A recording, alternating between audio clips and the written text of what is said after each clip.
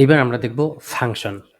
আসলে ফাংশনটা আমাদের আসলে কেন ব্যবহার করতে হয় সেটা আমরা একটু জানি। যেহেতু জাভাস্ক্রিপ্ট একটা প্রোগ্রামিং ল্যাঙ্গুয়েজ, সব প্রোগ্রামিং ল্যাঙ্গুয়েজেই ফাংশনটা ব্যবহার করা হয়। ফাংশন মূলত আমরা তখনই ব্যবহার করব যখন আমাদের একটা জিনিস বারবার ইউজ করা লাগতেছে, বারবার ব্যবহার করা লাগতেছে। তখন আমরা সেটাকে একটা ফাংশনে কনভার্ট করে নেব, ফাংশন বানায় নেব এবং অ্যা সেই ফাংশনটা কি হবে একটা ইনপুট নেবে বা ইনপুট নাও নিতে পারে। এই ফাংশনটা একটা ইনপুট নেবে এবং সেটা একটা সবসময় একটা আউটপুট দেবে। ইনপুটের উপর ডিপেন্ড করে।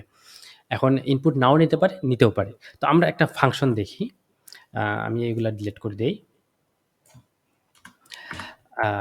এখানে আমরা একটা ফাংশন লিখি। ফাংশন লেখার নিয়মটা হলো এরকম যে প্রথমে এই ফাংশন দিয়ে শুরু করতে হয়। ফাংশন কিওয়ার্ডটা এটা দিয়ে শুরু করতে হয়। ফাংশন, তারপরে ফাংশনের নাম। ফাংশনের নাম আমরা যেকোনো একটা ফাংশন দিতে পারি। আমি ফার্স্ট একটা ফাংশনের নাম দেই এরকম যে টেস্ট ফাংশন।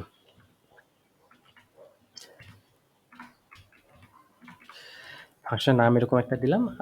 এর ভিতরে কিছু প্যারামিটার পাস করা যায়, এটা আমরা পরে দেখতেছি। তো আমি দেখতেছি যে আচ্ছা, ফাংশনের নাম আমি দিলাম জাস্ট হ্যালো। তো এই হ্যালো ফাংশনটার কাজ হলো সে কি করবে, একটা অ্যালার্ট দেয়। অ্যালার্ট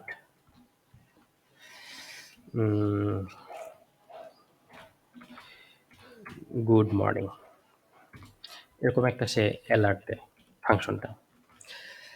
তো আচ্ছা, আমি ফাংশনটা লিখলাম। এখন যদি আমি এটা রান করি, এখানে আমি এটা রান করলাম, আমি কোনো আউটপুট কিন্তু দেখলাম না, কোনো চেঞ্জ দেখলাম না।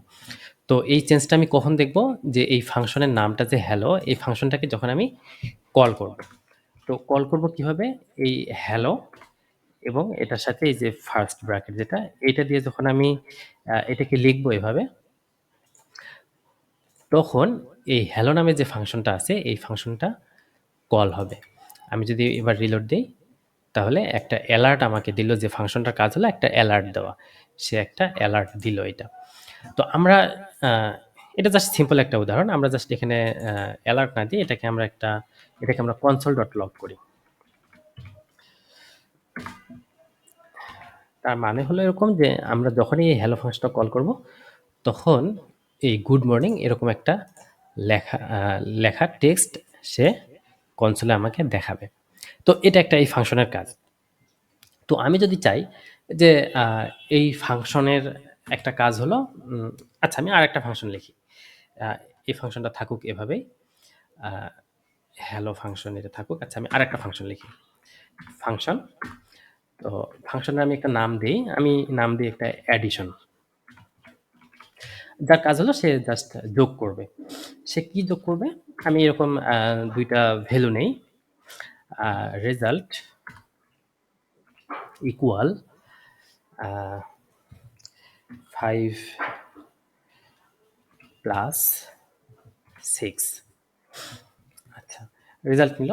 আচ্ছা, আমি যদি ফাংশনটা আমি লিখলাম, আমি যদি এখানে রান করি, আমার কিন্তু এই যে ফাংশনটা লিখলাম অ্যাডিশন ফাংশনটা, এটার কিন্তু কোনো ইফেক্ট আমি দেখতেছি না। তো আমি এটাকে কল করি, অ্যাডিশন। তো কল করা মানে এই ফাংশনটা কিন্তু কল হবে। আমি যখন লোড করব ফাংশনটা কল হবে, কিন্তু আমরা কোনো আউটপুট দেখব না।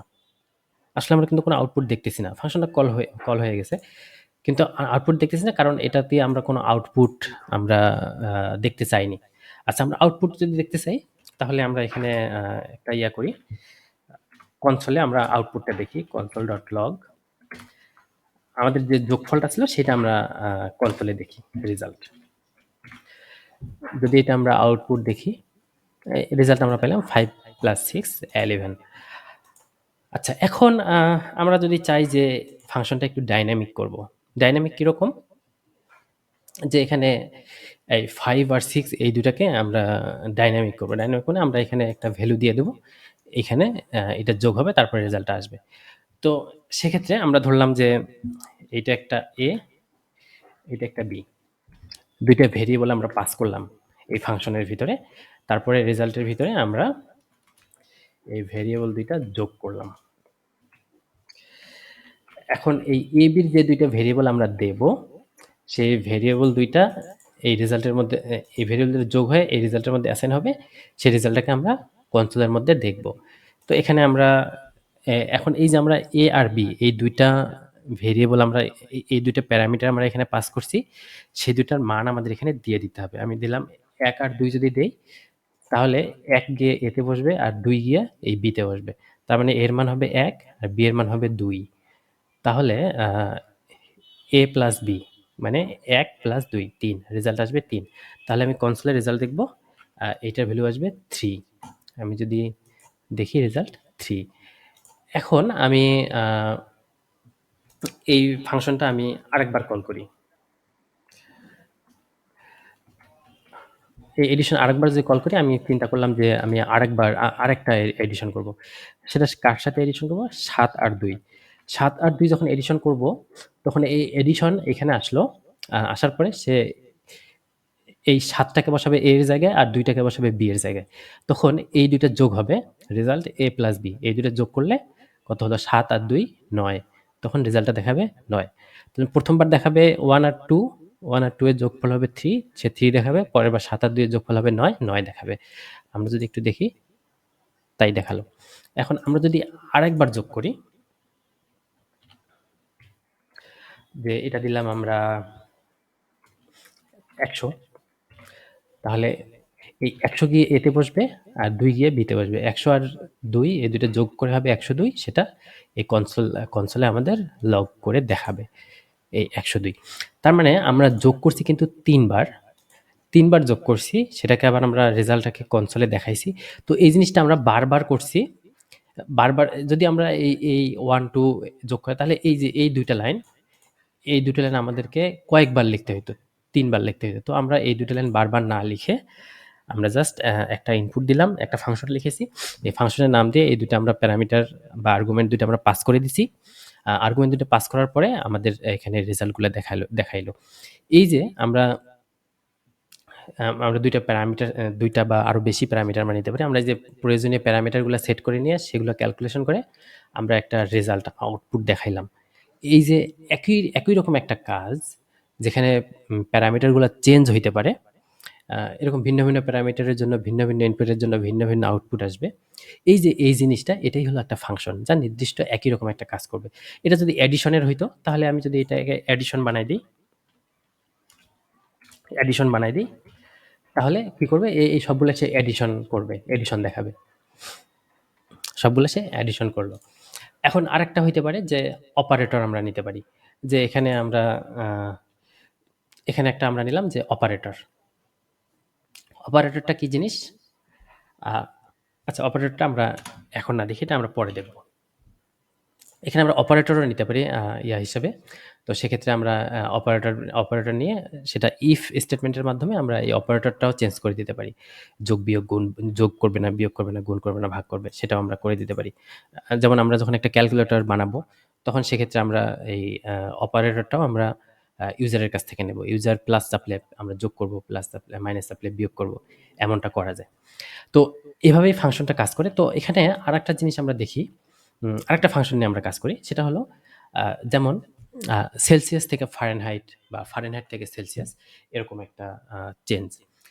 তো আমাদের শরীরে আমরা যদি অসুস্থ হই, তাহলে আমরা জ্বর মাপি ফারেনহাইট স্কেলে। তো আচ্ছা, আমরা দেখি ফারেনহাইট স্কেলে যে আমরা জ্বরটা মাপি, সেটা যদি আমরা সেলসিয়াস স্কেলে মাপি, তাহলে কীরকম হবে? সেলসিয়াসে যদি কনভার্ট করতে চাই, তাহলে কীরকম হবে? আচ্ছা, আমরা একটা ফাংশন নিই। ফাংশন আমরা সেলসিয়াসে কনভার্ট করব ফারেনহাইট থেকে, তাহলে 2 সেলসিয়াস। এটা একটা ফাংশনের নাম আমাদের। তো এর ভিতরে আমরা একটা প্যারামিটার পাস করব, সেটা হলো ফারেনহাইট। তো ফারেনহাইটটা আমরা পাস করব। তো ফারেনহাইটটা পাস করার পর, আচ্ছা, আরেকটা জিনিস, এই ফাংশনের বডি যেটা, এটা এই কার্লি ব্রেসেসের ভিতরে থাকবে। এই সেকেন্ড ব্র্যাকেট যেটা কার্লি ব্রেসেস বা সেকেন্ড ব্র্যাকেট, এটা দিয়ে শুরু হবে, এটা দিয়ে শেষ হবে। মানে ফাংশনটা এখানে শুরু হলো, এই কার্লি ব্রেসেস যেখানে শেষ, ফাংশনটাও সেখানে শেষ। তো আমরা এটা লিখে নিলাম। সেকেন্ড ব্র্যাকেট, তার মানে এই ফাংশনটা শুরু হলো এখানে এবং এটার আগ পর্যন্ত যে লেখাগুলো এগুলো আমরা ফাংশনের ভিতরে লিখব। তো আমরা এটাকে জাস্ট আমরা এটাকে সেলসিয়াসে কনভার্ট করব। তো আমরা একটা ভেরিয়েবল নেই, লেট সেলসিয়াস